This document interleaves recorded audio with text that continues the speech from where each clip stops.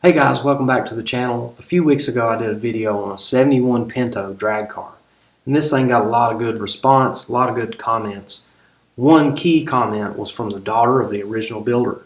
Now in the original video I said that Robert McKenzie was the original builder and I was wrong. So I want to give you a follow-up on this car to give you the full history on it and to let you know where this thing ended up.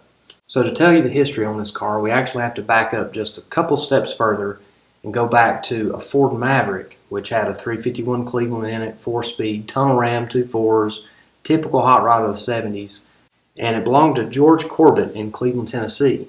He had actually bought it from his neighbor. He went out and played around with it a little bit and actually wrecked the car, but it really inspired him to build something better, something stronger, and something that would hold up to the horsepower of that 351 Cleveland. So the idea to build a Pinto came about because they were extremely lightweight. At the time, they were absolutely bottom of the barrel as far as cost. They were very cheap. So he could buy a donor car, he already had the engine, he could put together a drag car pretty affordably and go fast with it. That's something he wanted to do. So he ended up getting a pea green Ford Pinto, 71 model, just a regular old street car, drove it in off the street. And he cut this thing end to end, basically gutted out the body to where it was just the bare shell. And then he and his brother-in-law, Dean Dunn, built a chassis for the car. They built it out of 2x3 box tubing. They mated it up with the original front subframe section from the Pinto, and then built a rear end for it, built the rear suspension for it. I mean, they went all out on this car. But they did it all at home. They didn't buy a kit. They didn't buy anything for this car. They made it all. So these guys built this thing from scratch. And you got to remember, this was a time before everybody had MIG welders and before everybody had plasma cutters and before, all this technology came about that makes fabrication easier. So they cut down the 9-inch Ford rear end. They made the ladder bars for it.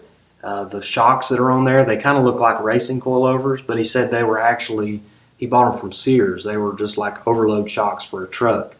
But they worked perfectly on the car. He said it launched great. It was stable and straight going down the track. Couldn't have asked for anything better for it. So with this setup, the car was legal for C Econo Altered. In that class, they had just kind of a mixture of different cars, but essentially the Altered meant that you could set the engine way back. The Econo part means that it had a single 4-barrel carburetor. And then the C was kind of a mixture of cubic inches versus the weight of the car, and that's what this car would have been legal for, C Econo Altered. But at most local tracks, he just bracket raced it, ran in the Pro ET division, and ran up against a lot of different types of cars.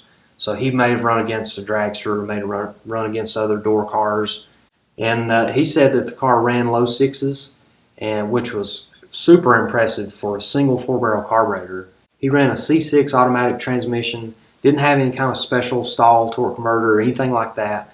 The car left the line at a pretty low RPM compared to most drag cars, but it went straight. It picked the front end up just a little bit, just enough, and didn't even need wheelie bars or anything like that. So George and Dean raced this car for a couple of years. They mostly raced at Crossville Drag Strip and down at Brainerd Drag Strip.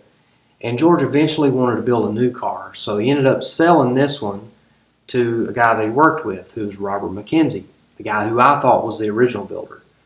So Robert bought the car, made a couple of little changes on it. He obviously took some of the hand lettering off of the car, and he took all the glass out of the car and put Lexan in it. He changed the scoop.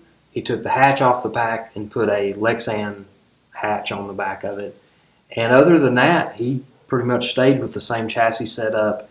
The only thing he did have to change was the front brakes. George had run this car with no front brakes for 2 years, never had a single complaint from the tech guy at any of the tracks he ran at. But the very first time that Robert took the car to Crossville Drag Strip, they told him to load up and go home because it didn't have front brakes. And you got to remember, at this time, Crossville Drag Strip was really going through a lot of ownership and management changes. So who knows, from one weekend to the next, it could have been a totally different tech guy. Could have caught him on a bad day, just who knows. But Robert did end up putting disc brakes on the front of the car, so he'd be legal, and so it would stop a little bit better. So I mentioned a new car that George was building.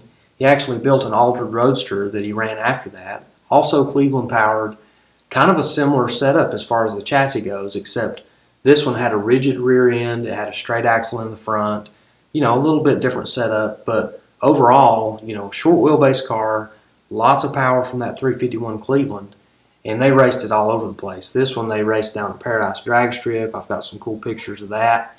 They raced a lot of different places and did really well with it.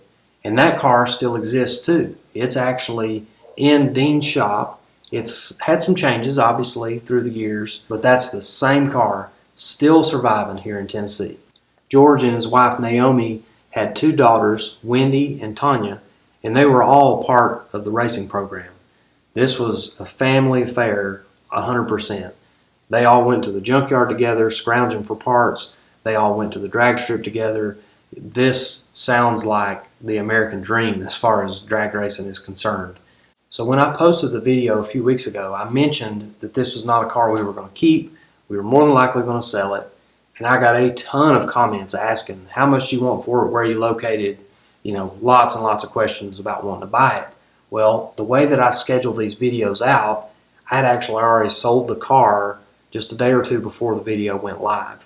So, I kind of missed out on a chance of selling it to one of you guys, but I did sell it to a good friend of mine who eventually sold it to a YouTube viewer. I don't know your name or anything like that, but I know that the car just recently got loaded up and went to Detroit, Michigan. I hope to see some updates on it somewhere, somehow, and I just hope that the new owner enjoys it and restores it, brings it back to life.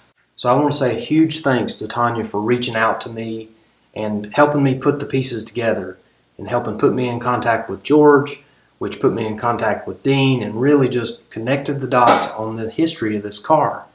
That's why I do this, is to be able to figure out these cars, figure out the history, meet the people, talk to them, learn about what they did for these cars and why they did it and how they enjoyed it. And, I think it's beneficial for all of us. It's beneficial for me, obviously, because I just love this stuff, but it's beneficial for George and Dean to bring back those memories and to just talk drag racing again. And, I've really enjoyed being a part of it. I'm hopeful for what the future of this car is. I hope to see some updates on it soon. I've got another new video coming up next Friday. Go ahead and hit the subscribe button, hit the notification bell, give me a thumbs up, give me a comment. Anything you can do to interact with me, I love it. So just keep on supporting the channel. Thank you for watching.